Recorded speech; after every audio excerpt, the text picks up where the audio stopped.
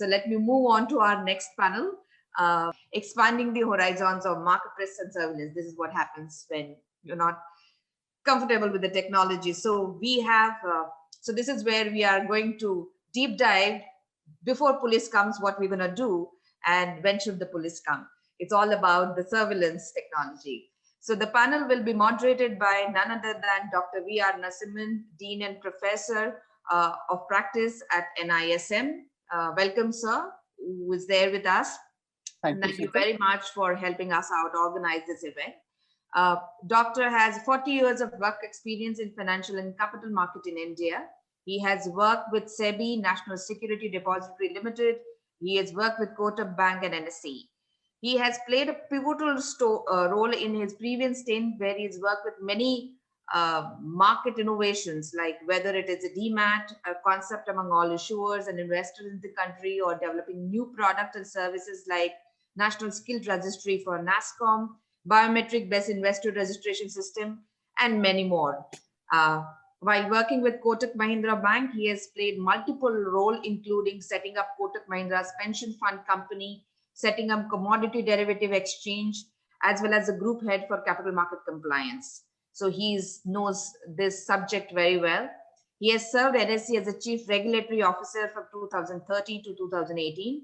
He's a postgraduate in commerce and MBA finance and PhD, and a member of Institute of Company Secretaries of India. Welcome, sir. Now, for the panel, we have Mr. Sunil Kadam, who is a registrar of NISM. Mr. Kadam has joined SEBI in 1996, and during his tenure in SEBI, he has worked with various departments in SEBI and hence handled work relating to the surveillance and investigations, corporate finance, forensic accounting, corporate governance, business responsibility risk reports, and various other sections. I would not take much time to I would love to hear them more than me talking here. He's also a member of various committees on the SEBI and on disclosure and accounting standards and auditing and assurance standards. He has also represented SEBI in various Asian roundtable and conferences. He holds a degree of Master of Business Administration from University of Pune. The next panel member we have, so welcome Sunil sir. The next panel member we have is Ranganathan Atreya, who is a member of senior management team and key management person and company secretary in ICICI Bank. Over 31 years of experience in creating winning team and organization across the banking and financial sectors. He has worked directly with some visionary and legendary leaders in Indian industry at a board level for over 3 decades across manufacturing and finance with the TVS Group, with banking, which is ICICI Bank, IDBI, and Karnataka Bank, and mutual fund houses like ICICI Prudential Asset Management. His experience includes in-depth cross-border private banking compliance coverage, managing investment into India through appropriate structures in line with SEBI and FPI regulations, significant group compliance expertise in interfacing with Ministry of Corporate Affairs, SEBI, IRDA, RBI, stock exchanges, depositories. He has a deep understanding of capital markets and relevant regulations. Welcome, sir. The next panelist that I have is Mr. Michael O'Brien, who is a VP of Product Management, NASDAQ, Sydney. Michael is the head of Product Management of NASDAQ, Risk and Surveillance Solutions. He has closely worked with NASDAQ Trade Surveillance from the initial launch of services in 2004, which is currently known as SMARTS, to its current state as world's leading provider of trade surveillance technology for the buy-side and sell-side participant, and is responsible for NASDAQ's ongoing commitment to drive the innovation in compliance and surveillance technology. As a widely recognized expert in surveillance best practices, regulation and compliance technology, Michael is frequently featured speaker at leading financial industry conference worldwide. Now I hand over the charge to Dr. Narasimhan to take this further. Over to you, sir. Thank you, Sheetal, for the introductions. We have a very interesting panel today evening to discuss about expanding horizon of risks and surveillance. I have a governance professional, Mr. Ranganath. I have a market person, Mr. Michael, and I have got a regulator in Mr. Sunil Kadam. What I will do is I will say a few words to set the stage, and request the panelists to give their initial remarks. After that, we'll have some questions to the participants, or I may ask questions if I don't have adequate questions from the participants. As you all can understand and appreciate, governance challenges in companies are only growing in complexity. Good governance demands total transparency to the shareholders. Only exception is issues of commercial confidentiality. Reduce the information asymmetry between management and the board, which is always there. Information asymmetry has to be reduced. And adherence to corporate governance standards, which is a high level ask, and a transactional level compliances, which is a very low level ask in terms of granularity. So therefore, the role of governance of professional is now very complicated. Granular transaction level requirements to board level governance standards have to be combined, and he has to handle. It's now slowly, he has to use technology to see that he's able to handle all these complexities using appropriate technological tools. You talk about integration of management systems with related to transactions, conflict of interest, whatever. I'm sure that Mr. Ranganath Atreya will reflect on these issues and challenges in handling governance functions using technology. On the other side, markets are definitely getting truly integrated. When I say integrate, I'm not talking about geographical integration alone. You will see in the same market a household investor who comes with a few hundred rupees for his few thousands of rupees for his investments, a proprietary trader indulging in HFT and algo trade, institutional investor working for in fiduciary capacity, hedge funds would like to make money out of the growing market situations, pension funds would like to work for the welfare of their pensioners. So this is integrated, and the same marketplace has to give returns to all these category of investors. How do we make this marketplace safe and secure? The intensity of trades, volume of trade, products offered trading, interconnections among them carry different levels of risks. The whole challenge is to see that there is no operational, financial, or structural risk, and everybody takes benefit of the marketplace as it goes on. We have brokers, we have stock exchanges, and we have got different category of investors. All of them look forward to technology to provide solutions to see that their life in the market is comfortable. I'm sure that my panelists will speak about this.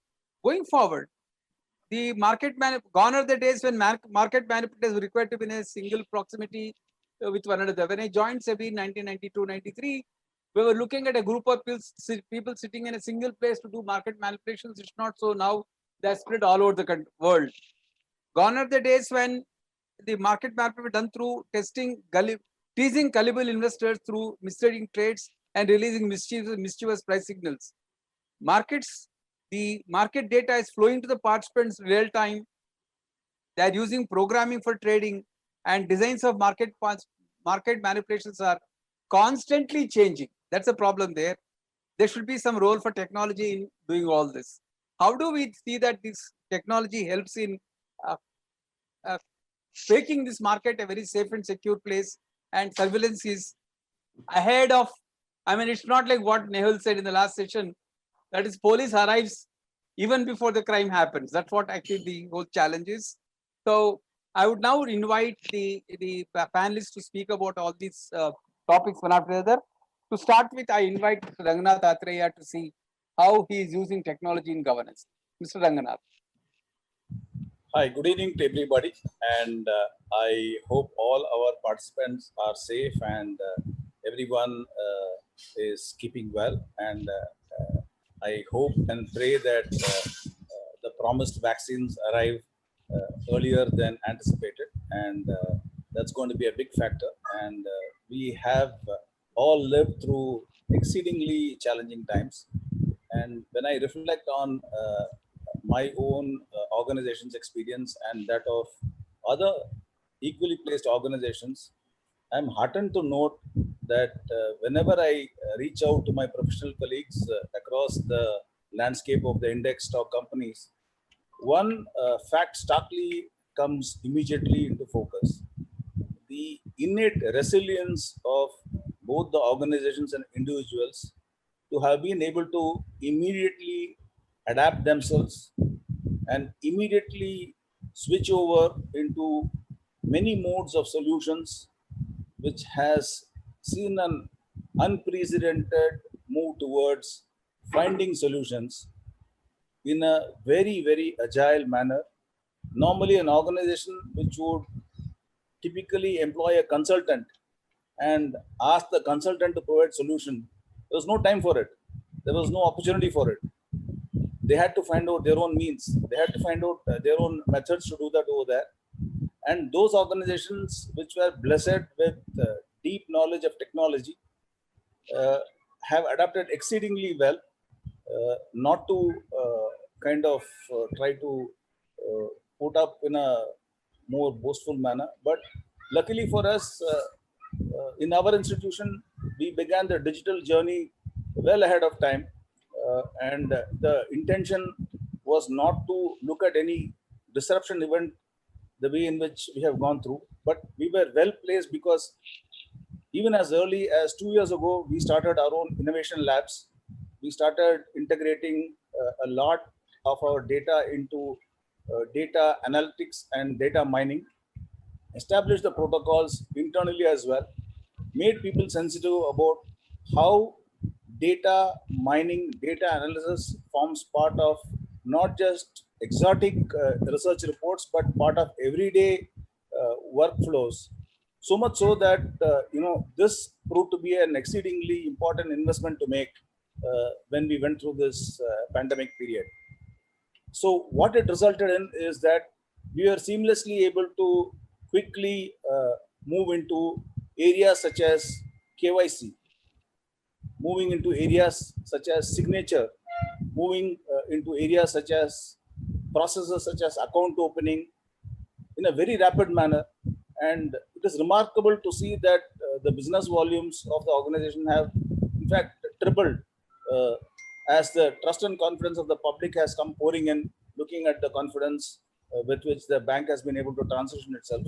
And all credit goes to the professionals in the organization who are well invested into technology.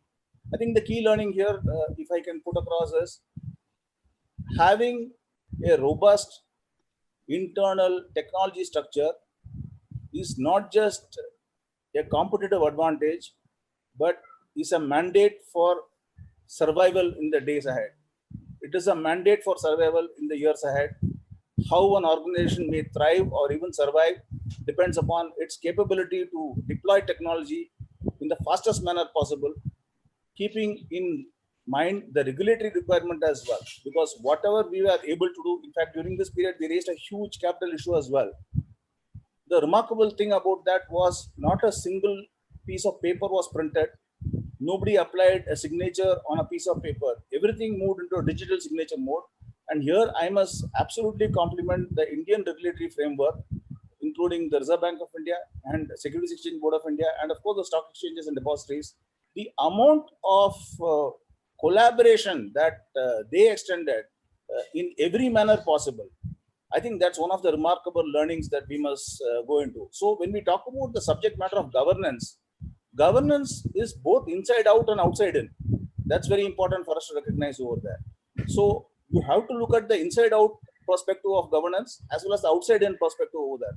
How is a regulator going to accept what you're doing unless and until you engage with the regulator and make them understand that, look, the controls and procedures that you are putting in place and substituting instead of the traditional process is as good enough for them to accept that this is a good enough procedure. I think that is the most important dialogue that I would say is a critical need. And to the credit of our regulators, I would say that, we have the best regulators in the world when it comes to the amount of openness, the amount of absorption of technology, the ability to, they themselves moved in a very agile fashion. We could not have done many things, in such a short time frame had it not been for their own keen understanding and their ability to assimilate.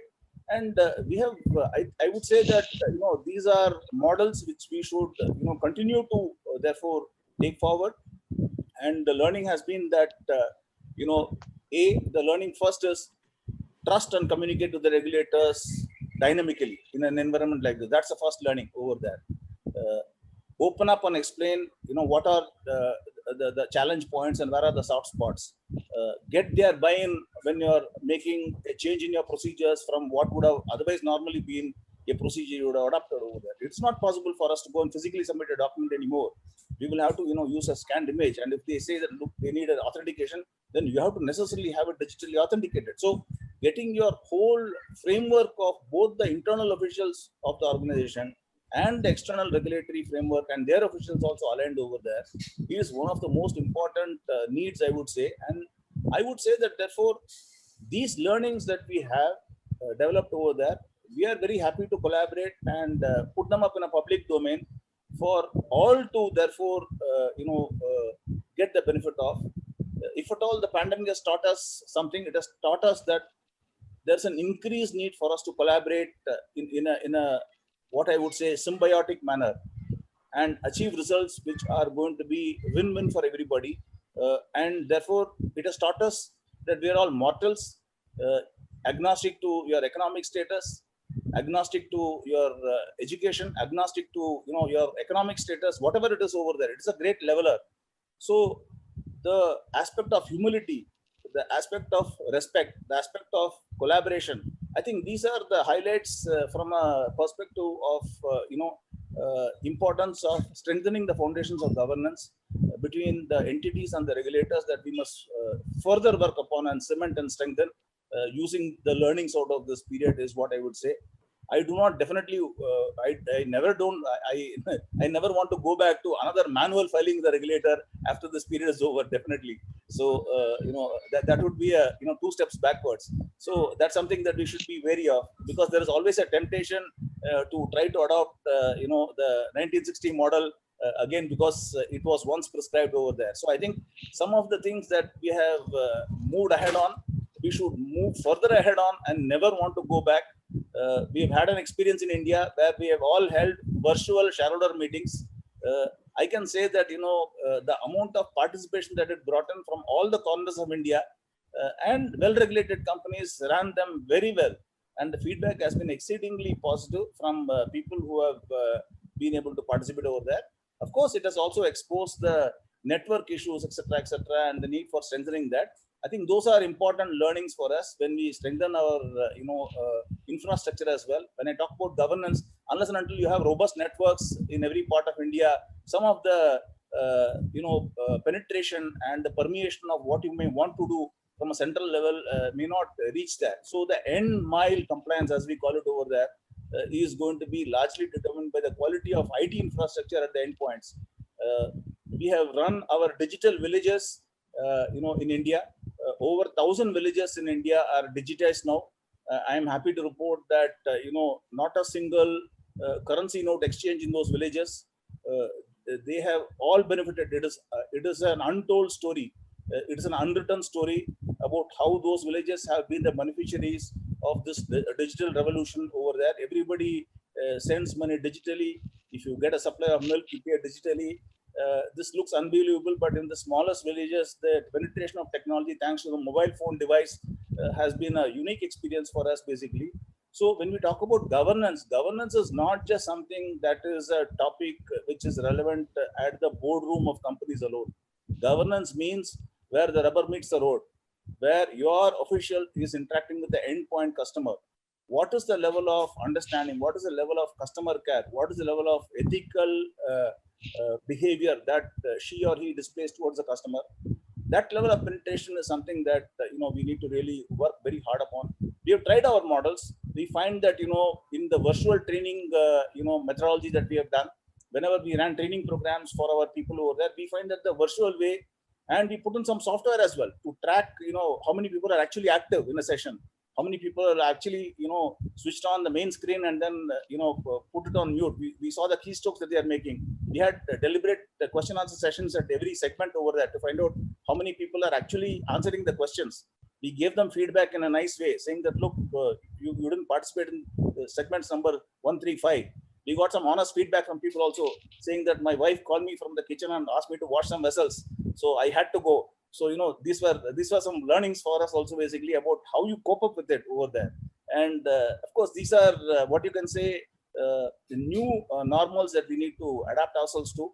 The way in which you deliver learnings, how you enable culture in an environment where everybody is working from home, how do you bring that sense of communication during this period? It's been a period of a great amount of experiment, but I should say that the learnings are exceedingly heartening, and the amount of adaptation that we see, not just among our employees, our vendors, their employees, the amount of integration that they brought in, the amount of creativity that they brought to the table, our technology partners, our innovation lab, officials over there who are so quick to bring across apps which could, interface with, internal databases. So one of the key things that I would highlight over here from a governance angle and also from a future technology angle is to ask ourselves in very large organizations with large databases as to how well integrated the databases and the data is within the organization. This was one big question that we tried to address 2 years ago, and we tried to build those bridges appropriately. We found it very, very important to deal with during this COVID period, because if you have created islands of data, then the ability for you to have one part of the organization be completely alive to what is happening in another part of that could get compromised.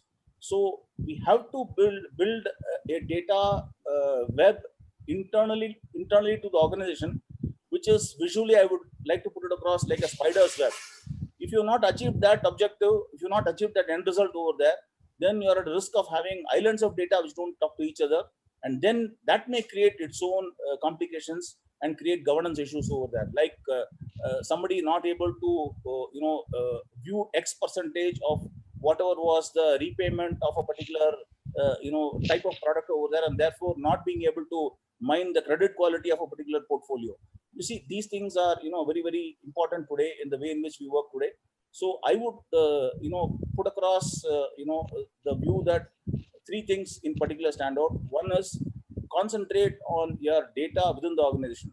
Two, concentrate on how well you are poised to be able to mine your data to achieve outcomes which are useful to you and which serve the purpose of controls and processes, and are able to also cater to the regulatory requirements. Increasingly, all regulatory requirements are going into an online format where you are sharing data with the regulators, where they're asking you to run reports in various forms over there.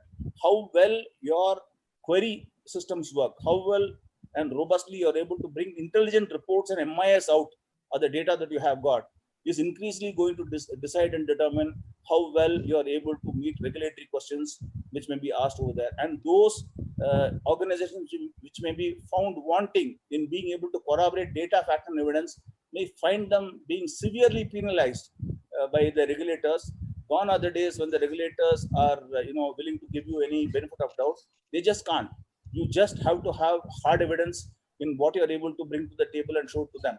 So unless and until you devise a capability over there, part of your risk framework and your risk heat map will lead to the organization having to face challenges from a regulatory impact perspective over there. The amount of regulatory penalties we have seen in the recent past are in the millions, and it is going to create crippling penalties for organizations which do not pay attention to the quality of the data, the robustness in which you are able to evidence a particular transaction over there. So as a friend of mine in a regulatory authority put it across to me, trust is only as good as your last transaction. So I repeat that, trust is only as good as your last transaction. So today, that is how the mood of the regulators is. It doesn't matter if for 20 years you had a superb track record. If your last transaction shows and demonstrates to them that there's a complete abandonment of control, there is a lapse in procedures and systems over there, they are going to come very hard on that entity on account of even a single transaction. Yes, of course, you may want to showcase many things over there, but that is where I think one needs to be exceedingly careful. The risk management of data, while you do that, also we have to understand that the challenges of regulation, such as where, for example, let's take the SEBI's provision of insider trading regulations, the sensitivity of unpublished price sensitive information. How many of us are sensitive about, even within the organization, how sensitive information travels between departments? How many of us have device systems which can track what is being shared between departments. Particularly in a work from home environment over there, it becomes very challenging for us to do monitoring. But how well is the monitoring being done to ensure that there are red flags which are raised if we see patterns which are not looking usual in nature over there? The regulator is, expecting that, even the giver of the information and the seeker of the information should do so with a protocol which is properly regulated over there. But are the systems able to cater to the requirement within the organization? We have tried to do our best to try to address it, but we find that it is a very challenging area, that too in a distributed data environment where people are working from home, where what the laptop at the end user is being connected to and what all are the networks that that person is connected to, it raises a lot of challenges which we must be able to face. And while we are trying to use a technology layer to provide us with the assurance that is required over there, increasingly we see that the threat to information, the risk of information leakage, and the risk of cyber related attacks is the next big threat that we foresee. This is, in my mind, going to be even more severe than what we physically see and what we biologically see as a virus. So the ability of organizations to be able to do predictive analysis and vulnerability analysis on a regular basis, and to be able to test their controls from time to time to assure themselves that, look, even in this type of attack over there, we are well prepared enough to be able to counter this, to be able to quickly restore our systems back to normal over there. I think these are the kind of stress testing scenarios that COVID has placed at our doorstep. So how well is our stress testing being done? Do we need to tweak the level of stress testing that we do? Or is it even relevant to do that stress testing the way we did historically? Is it time for us to look at a different protocol of stress testing and look at network security and cyber security in a different with a different lens? So these are, I think, the questions that COVID has raised. We have tried to find our answers as an institution, and we will continue to keep finding answers, and we will collaborate, learn, and we will try to deal with other institutions in this process of learning over there. But I would say that this is where when we talk about governance over there, so governance by itself is not something that can exist in vacuum. It is a outcome and result of many things that happen. When we talk about a governance outcome, it is the end result. It is the right hand side of the chemical equation. So where the left hand side of the chemical equation is acting in a manner which is uncontrolled, the right hand side of the chemical equation cannot be in a controlled fashion. So controlling the quality of governance on the right hand side is equal to controlling the left hand side of the equation in terms of what inputs go into it, which is a combination of both management thinking, strategic thinking, technology related thinking, risk frameworks, and absolute culture, which is a bedrock for what we need to do, particularly when we are exposed to public and where we are dealing with shareholders at large over there.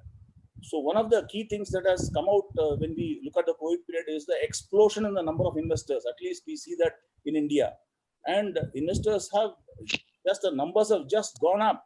So now, what is it that the control framework should be able to analyze and do predictive analysis on the basis of this? Is it that we did a demographic profile of many of these new investors? They are just kids, 20, 21-year-old, who are now motivated to do trades, look at income. So these are what is the profile of risk, therefore, that is there inherently over here? How is it that you are going to be able to regulate effectively and not create a market crisis event? Because many of them are just trading. We don't know whether they are trading with the absolute knowledge of the risks that they are undertaking and the inherent risks in the system, or whether they are just they are very young. We saw a demographic cut profile. I was quite stunned to see the number of people. So these aspects are something as well that we need to properly address. I thought I'll give you this thought of mine, and then we could then take it up as the panelists want to provide their expert inputs as well. Thank you, Dr. Narasimhan.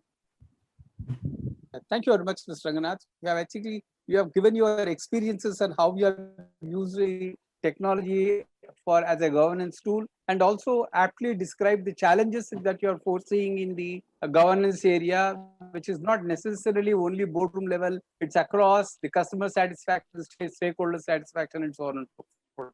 Now I turn to Mr. Michael to start his initial remarks, please. Mr. Michael. Yeah, thanks very much, and thanks for the opportunity to talk today. I think from a trade surveillance perspective, NASDAQ trade surveillance, at one stage it was called SMARTS.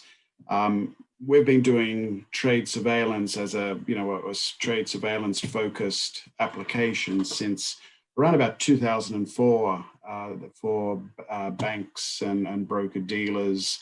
And before that, we were running trade surveillance for exchanges and regulators. So we cover the whole financial environment, from regulators, exchanges, through to all the banks and brokers in terms of providing that trade surveillance technology. And we've observed since 2004 some very significant changes, and particularly changes that have been led by technology in the way that market manipulation is done, and the risks that market manipulation pose not only to the market, and it's a two-sided thing. The market manipulation, first of all, has the impact of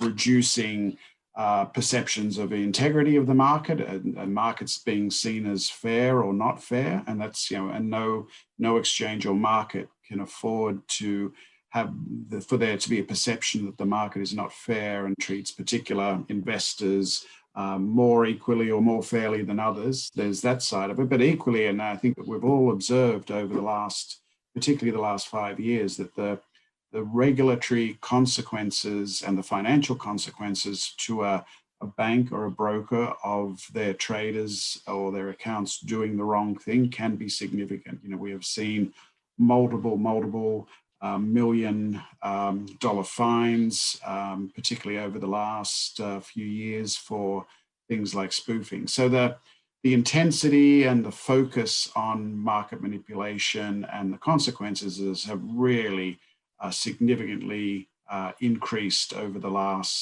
recent years.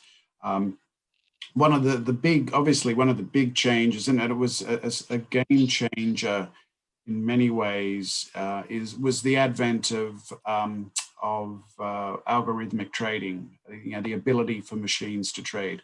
When we commenced SMARTS, NASDAQ Trade Surveillance, back in 2004, there was no such thing. Or at least it was in its very early stages. Orders were predominantly manually entered by a human, and that naturally reduced or put a cap on your ability to manipulate, because you were effectively limited by a human's ability to type orders into an interface and get those orders into a market.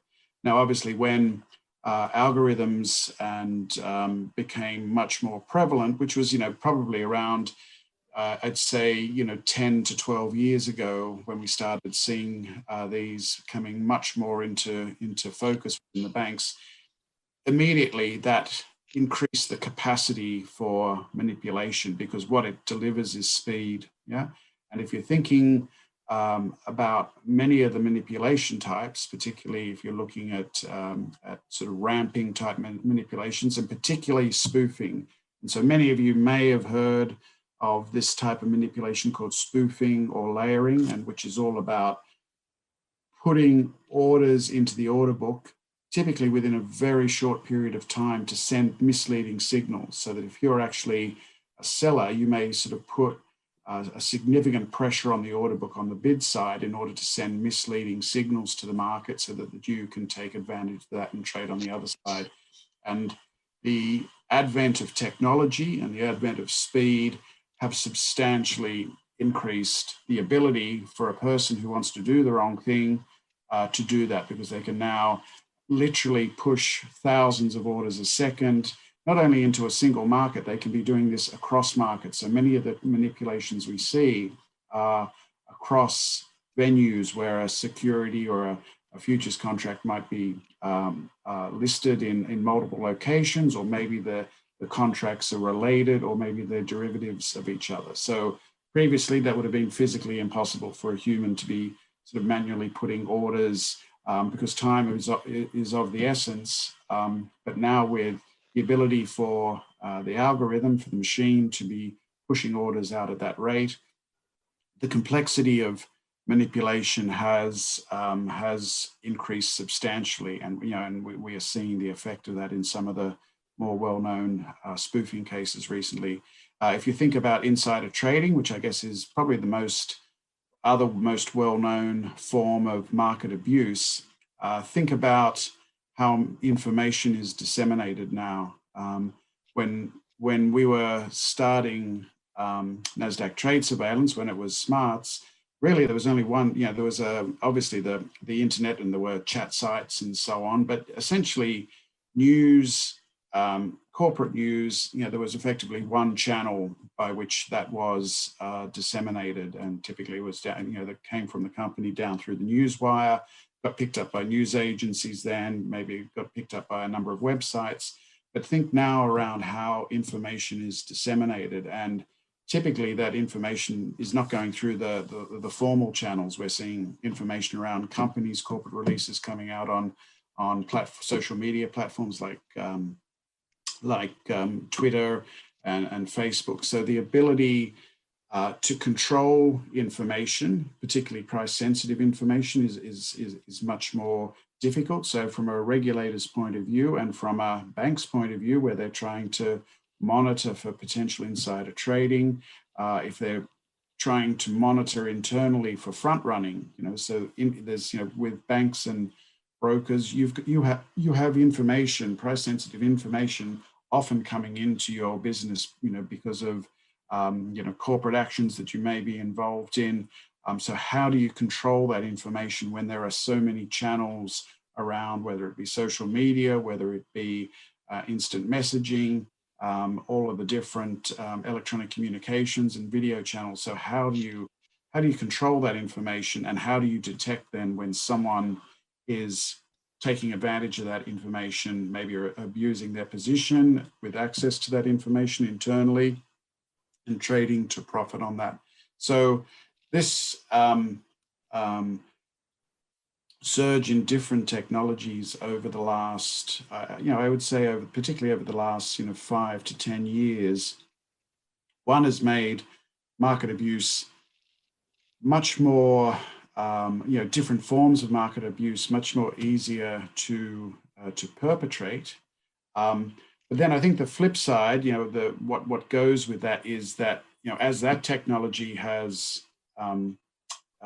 increased, the technology to find it and detect it via trade surveillance systems such as NASDAQ trade surveillance has also become very advanced.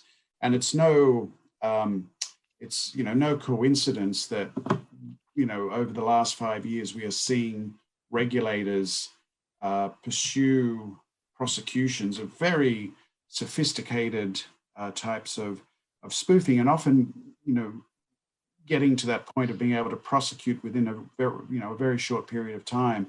I remember when going back to, say, the early 2000s, often it would take regulators, something would happen and they wouldn't get it in front of the courts till 6 or 7 or 8 years later.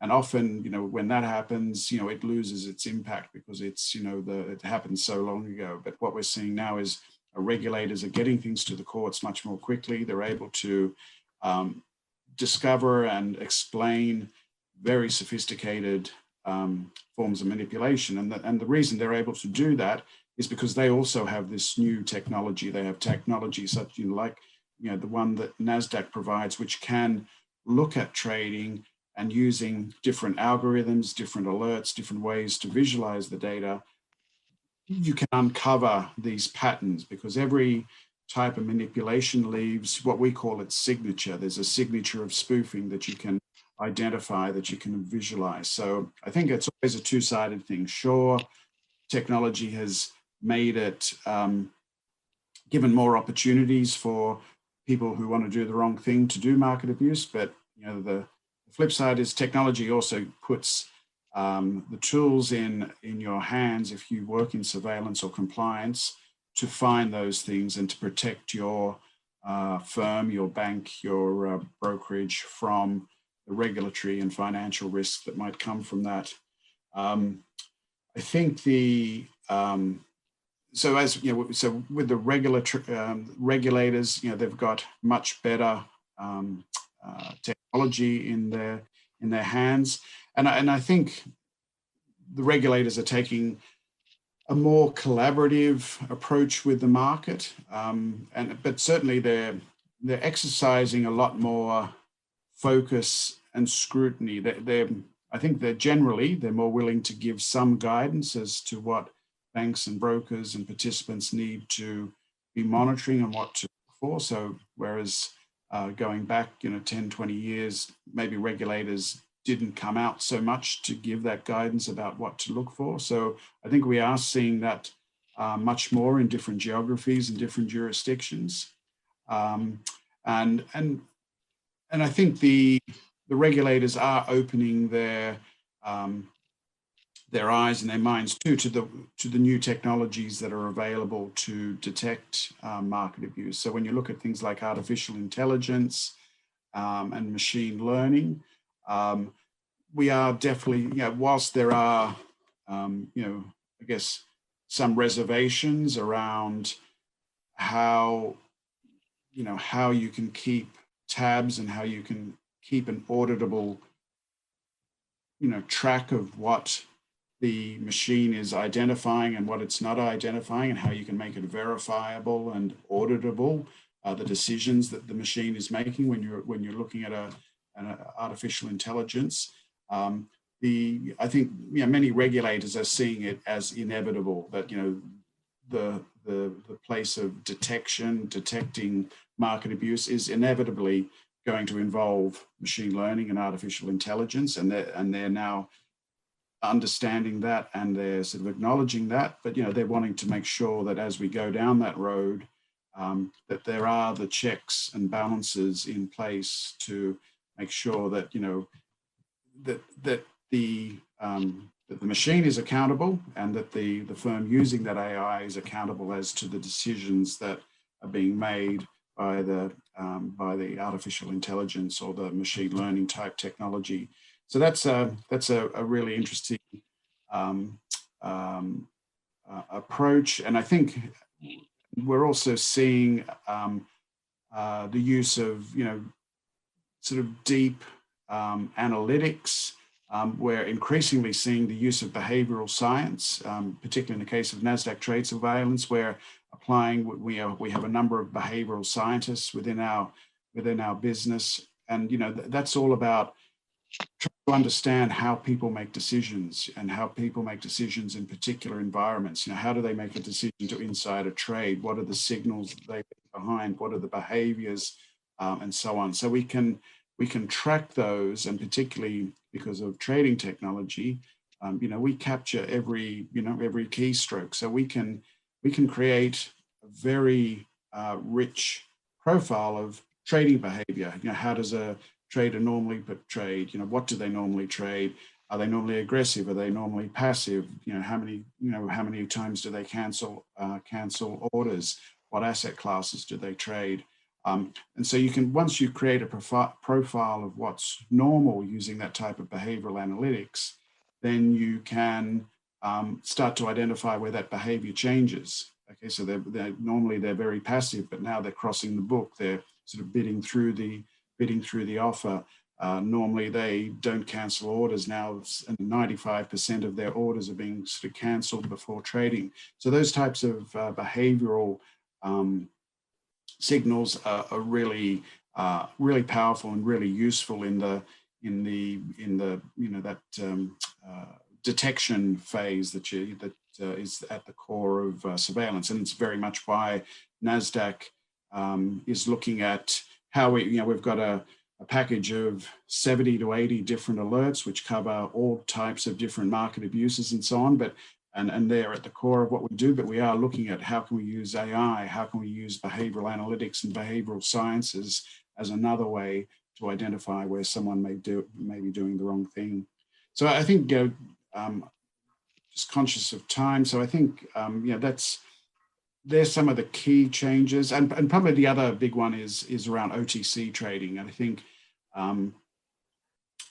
probably the focus of trade surveillance, the focus of regulators for many years has been on, exchange traded equities, futures, options, and so on. And the OTC market, fixed income, FX, was always left off to the side and wasn't often subject to the same regulatory oversight. But that's the other big changes that over the last few years. One, the regulators are very much focusing on OTC. We've seen some extremely big fines for manipulation of LIBOR rates and FX rates. And with the advent of trading technology, we're now seeing more and more volume moving onto trading platforms, moving onto electronic trading platforms because they're becoming more prolific, they're cheaper to run. And regulators are saying, we want that transparency. We want OTC products to be traded on a order books where everything's disclosed, where there's transparency. So we're seeing that shift too in how OTC instruments are traded. There's some more volume going across to platforms. There's still the core of the market still will be traded bilateral, phone, OTC, and the ability to monitor that is a really important requirement, and it has its own sort of technical challenges in terms of how you monitor OTC. Obviously, it's very different from monitoring on exchange. And that's been a very big focus for NASDAQ around how can we identify these manipulations going on across products in swaps, fixed income, and FX. So I'll stop there. They're the main changes and challenges that we've observed over the last 10 to 15 years. Thank you, Mr. Michael, for your very insightful observations on how the trade surveillance challenges have been changing over a period of time, right? I mean, it's a very balanced way of suggesting how technology is helping the manipulator and the regulator too at the same time, and how regulator has caught up with the technology and is able to use. Very interesting to observe that along with technology, even your need for behavioral scientists is also increasing. That's a very interesting observation probably we have to see. And your observation on the need for doing surveillance on the OTC trades, again, is very interesting. While it may not be directly applicable to India at this point in time, but I think it's a very good way forward probably for expanding horizons to the regulator. Now I turn to Mr. Sunil Kadam, who is the regulator himself, to say a few initial remarks. Yeah, thank you, Dr. Narasimhan. First of all, I should thank Dr. Muralidharan for accepting our invitation and conducting this event together. And both Dr. Narasimhan and Dr. Muralidharan have worked hard and designed this program. It has come out quite well, and I'm sure it will be a successful event today. So coming to today's discussion on surveillance, as a capital market regulator, we have a broader three mandate, that is regulation, development, and protection. So many times people say, how do we achieve both the mandates together? How can regulation can be done at the same time development also can be done? But what we believe over the year is that if you have a good regulations and if you have a well-regulated market, the market will automatically develop, and the development will be it's a part of good regulations. And good regulations can be, it's not a job of only a regulator, it's a job of all the intermediaries, all the market participants.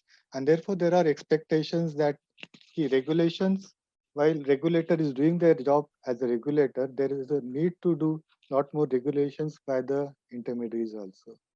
So now what we say that regulations, there are multiple ways we do regulate. So today's focus of regulation, which are focusing is on the secondary market operations basically. The secondary market operations, all of us believe that if you want to protect the interests of the investors, they need to be participating in our secondary market. The market needs to work in an orderly manner. Now, when you talk about the orderly manner, we say, what is orderly? Is it flat market? No, it's not flat market. It should move based on the demand and supply situation. So market goes up if the positive news comes, people demand goes up, prices go up. same way it goes downward if the negative news comes. So these are the normal market behavior, and it should run in that manner. But many times we observe that market doesn't behave in that manner. Some artificial demand and supply is created. There are different ways people try to create artificial demand and supply. There are demand and supply which creates outside the market. There are demand and supply created within the market. So we are focusing on the demand and supply situation within the market.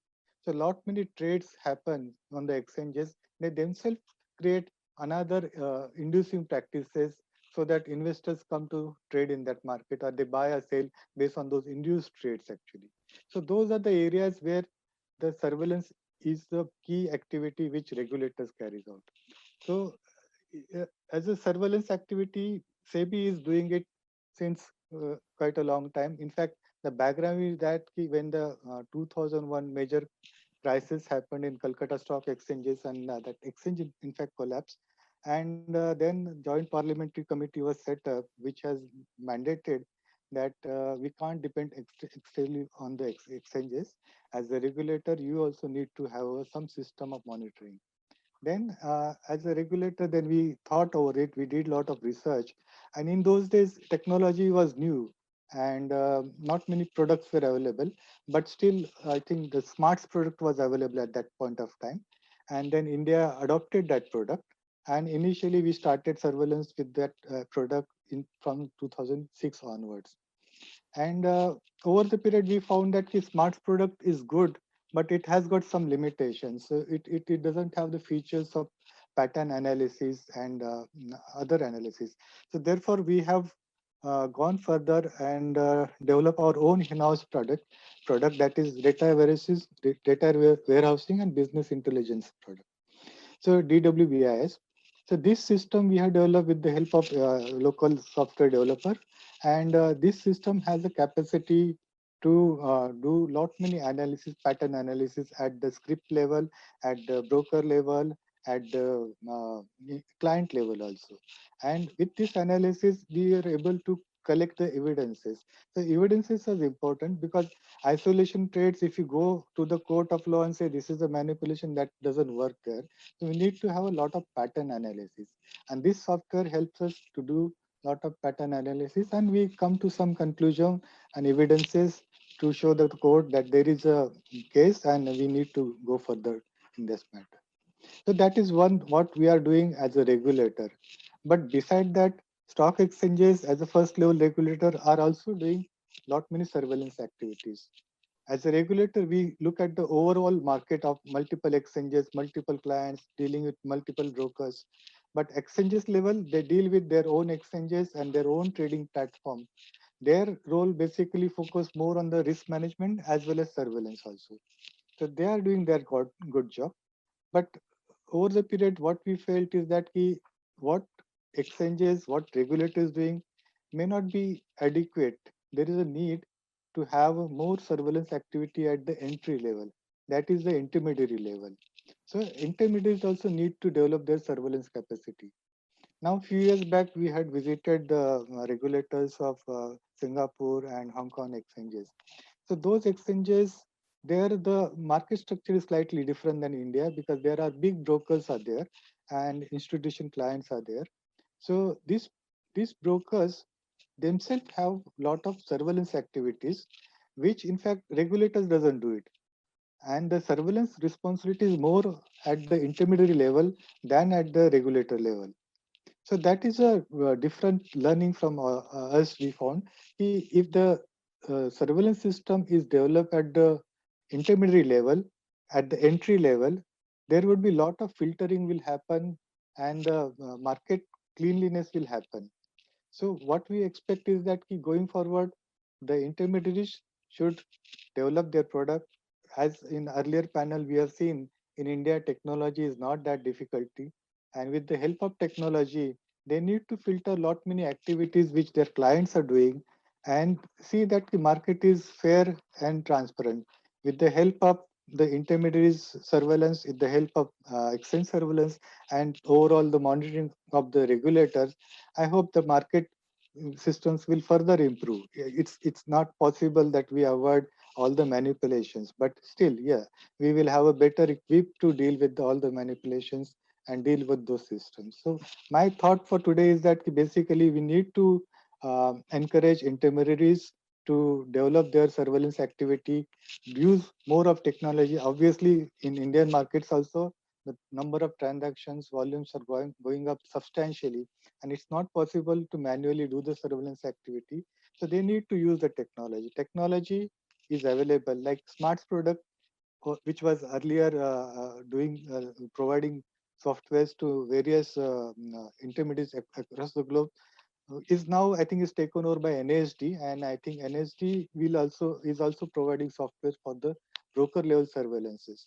So that is one supplier, but there could be many supplier. In India, in technology, we don't have dearth of technology suppliers actually.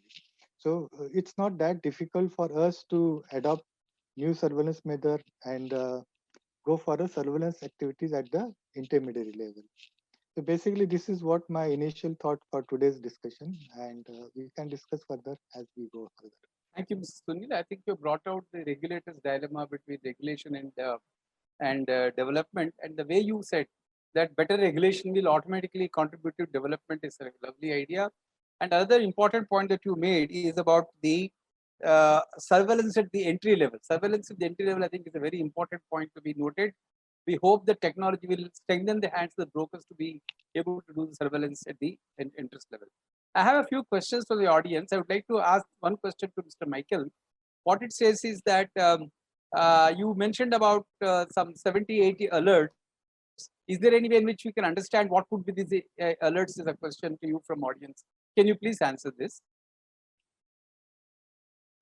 Yeah, sure. So the question is, what are the form of those alerts? Is that right? Like what? Can we read something about those 70, 80? Is there a link where we can read the 70? Yes, certainly we can.